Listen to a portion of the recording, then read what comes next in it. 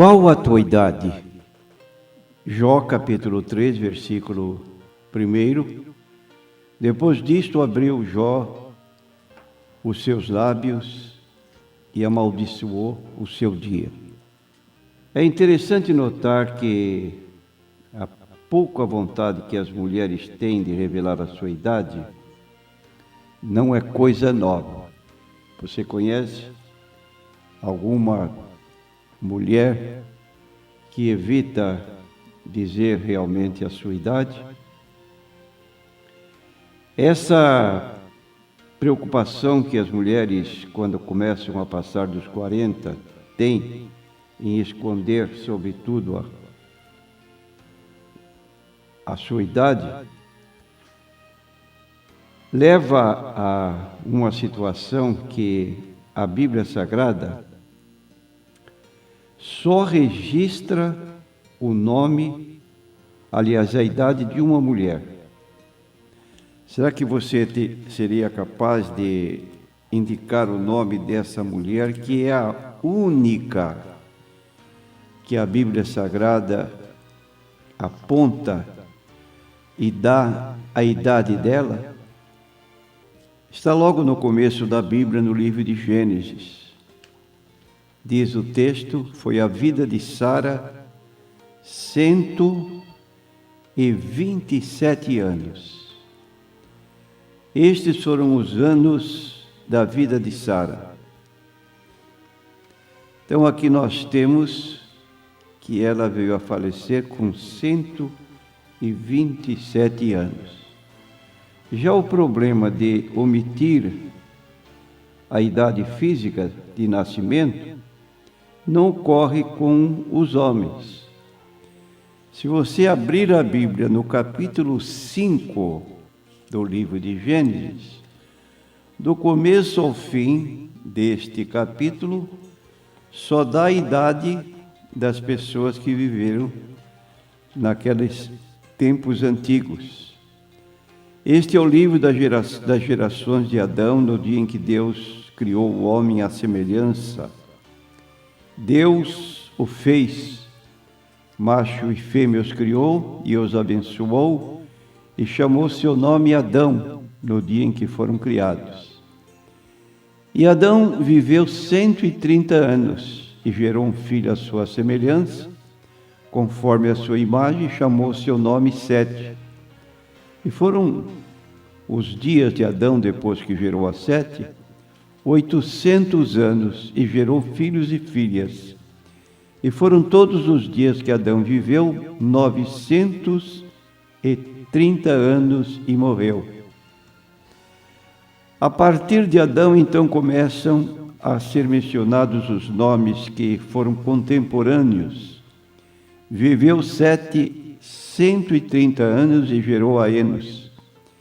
E viveu Sete, depois que gerou a Enos, 807 anos, e gerou filhos e filhas, e foram todos os dias de Sete 912 anos, e morreu.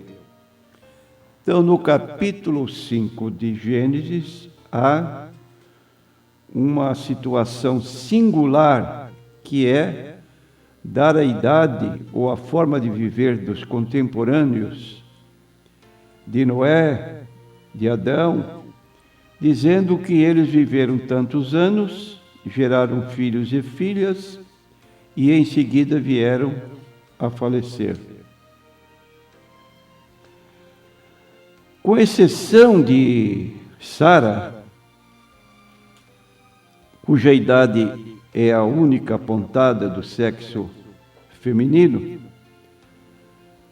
um caso temos de uma menina, a filha de Jairo, que quando Jesus a curou ou a ressuscitou, o texto bíblico aponta que ela tinha 12 anos. Mas, no demais, a situação é esta que nós temos apontado.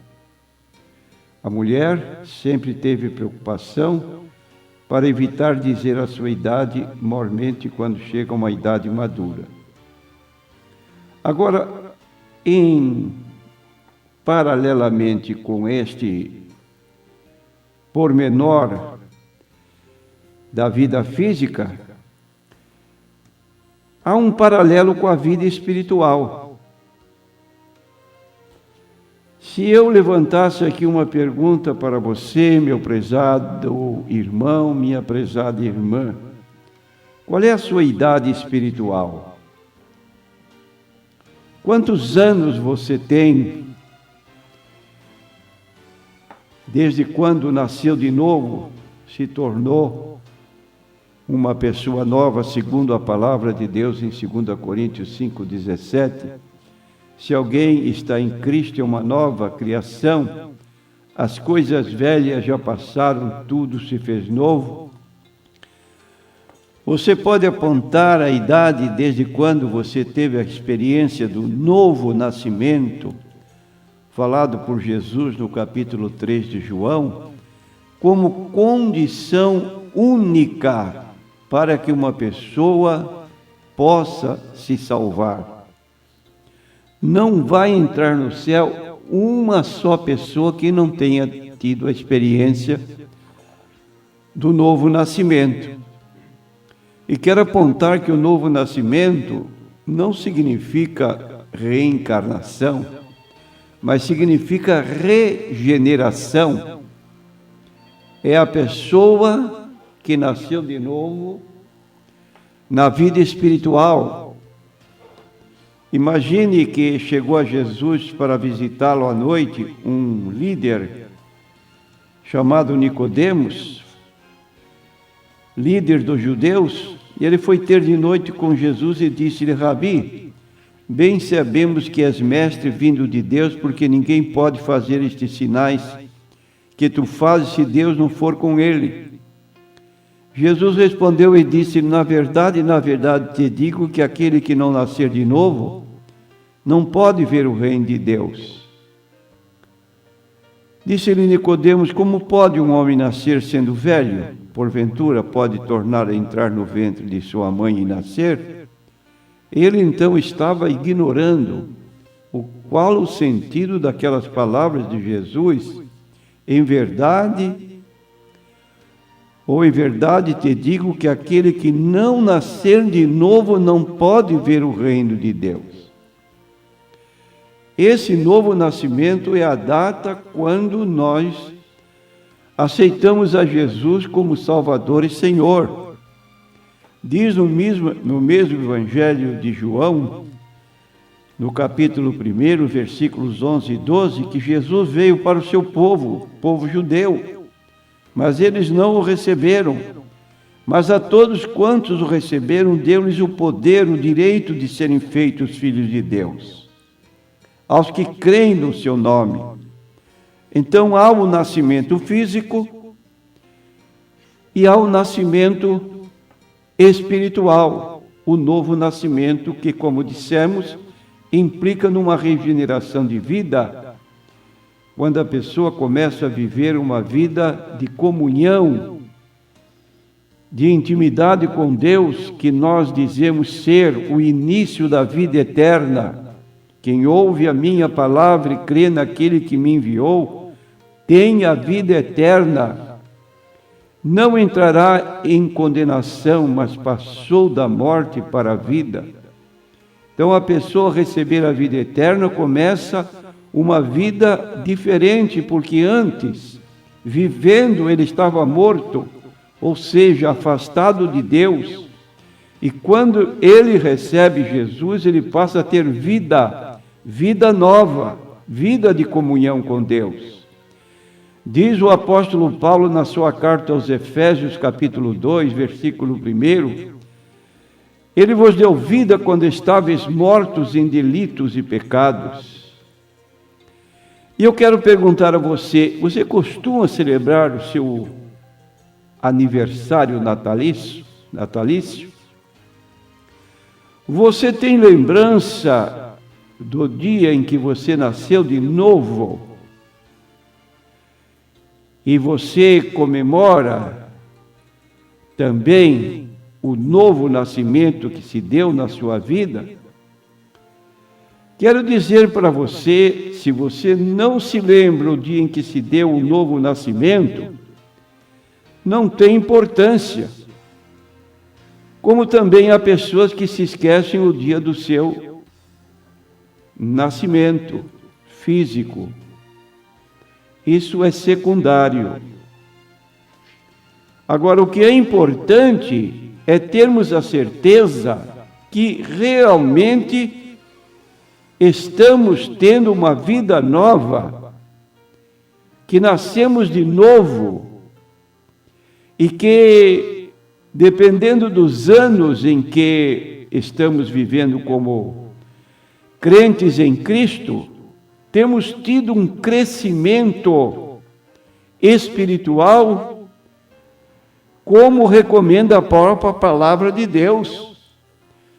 Porque o apóstolo Paulo, o escritor da epístola aos Hebreus, ele reclama de pessoas que ficam estagnadas, ficam anãs toda a vida espiritual. Então, no capítulo 5 da carta aos Hebreus, diz assim: do qual temos muito que dizer de difícil interpretação, porquanto vos fizestes negligentes para ouvir. Porque devendo já ser mestres, pelo tempo ainda necessitais de que se vos torne a ensinar quais sejam os primeiros rudimentos da palavra de Deus. Então, há pessoas que não imitam o exemplo de Jesus. No livro de Lucas, no capítulo 2 e versículo 52, nós vamos encontrar a declaração bíblica que Jesus crescia em 3 modos na sua vida. Crescia Jesus em sabedoria, crescia Jesus em estatura, crescia Jesus em graça para com Deus e os homens. Então, nós poderíamos dizer, numa linguagem atual, que Jesus crescia fisicamente, crescia intelectualmente e Jesus crescia espiritualmente. Nós também devemos crescer nos 3 sentidos. E é por isso que o apóstolo Pedro, na sua segunda carta, no capítulo 3, ele diz no versículo 18: crescei na graça e conhecimento de nosso Senhor e Salvador Jesus Cristo.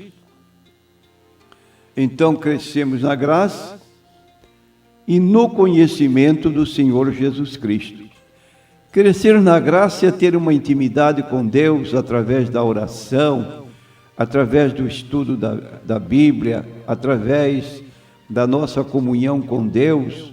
No conhecimento, significa o estudo que estamos fazendo a respeito da Bíblia com seriedade, para que o nosso conhecimento seja observado e nós possamos ser úteis ao trabalho de Deus. Então, a pergunta que fazemos é essa: qual a tua idade na vida espiritual? Quanto à vida física, não é de importância, mas você tem consciência de que realmente nasceu de novo. E você pode dizer para você mesmo: eu tenho 10 anos de vida, eu tenho 15 anos, eu tenho 20 anos, eu tenho 50 anos, não de vida física. A vida física sempre é maior, mas na vida espiritual, na regeneração, quando me tornei filho de Deus pelo novo nascimento, eu tenho uma idade já nesse tempo que nós temos aqui mencionado. Então, Deus tem providenciado um mantimento próprio para todas as idades dos seus filhos. Se você se julga uma criança na vida espiritual, talvez aí 1 ou 2 anos na vida cristã, você deve ler em 1 Pedro, no capítulo 1, e versículo 2, o apóstolo Pedro falando de crentes novos, e ele diz: desejai afetuosamente como meninos novamente nascidos, o leite racional, não falsificado, para que por ele vades crescendo. Então, as crianças recém-nascidas costumam tomar leite. Até 2, 3 anos, a sua alimentação praticamente é esta. Mas ela não pode ficar sempre nessa idade infantil, ela tem que crescer. Depois deste alimento, que é o leite, vem o pão, que satisfaz. E no livro do profeta Isaías, no capítulo 55, nós somos aconselhados a um alimento mais sólido. Diz o texto o seguinte: porque assim como desce a chuva e a neve dos céus, e para lá não torna, mas rega a terra e a faz produzir e brotar, e dá semente ao semeador e pão ao que come. Então, nesse período, nós passamos a comer pão e, finalmente, o alimento sólido, como já apontamos em Hebreus capítulo 5, versículo 12 a 14. Quando o escritor bíblico fala que queria transmitir profundezas da Bíblia, mas não tinha condições, porque a capacidade espiritual dos seus ouvintes era pequena e não lhes podia dar um alimento sólido. Profundezas, mistérios da parte de Deus que estão registrados na Bíblia Sagrada, há pessoas que passam toda a sua vida cristã sem entendê-los. Então, pode acontecer que alguns têm idade para se alimentar com alimento sólido, mas ainda não estão se alimentando senão com leite. E eu pergunto a você, concluindo aqui essa apresentação, qual é a tua idade? Não estou perguntando idade física, estou perguntando idade espiritual. E que tipo de alimento você está usando? Bebendo leitinho todo dia da sua vida cristã? Ou você tem mais fortaleza e mais conhecimento das coisas de Deus, a ponto de poder estar se alimentando de um alimento sólido? Crescei na graça e no conhecimento de nosso Senhor Jesus Cristo.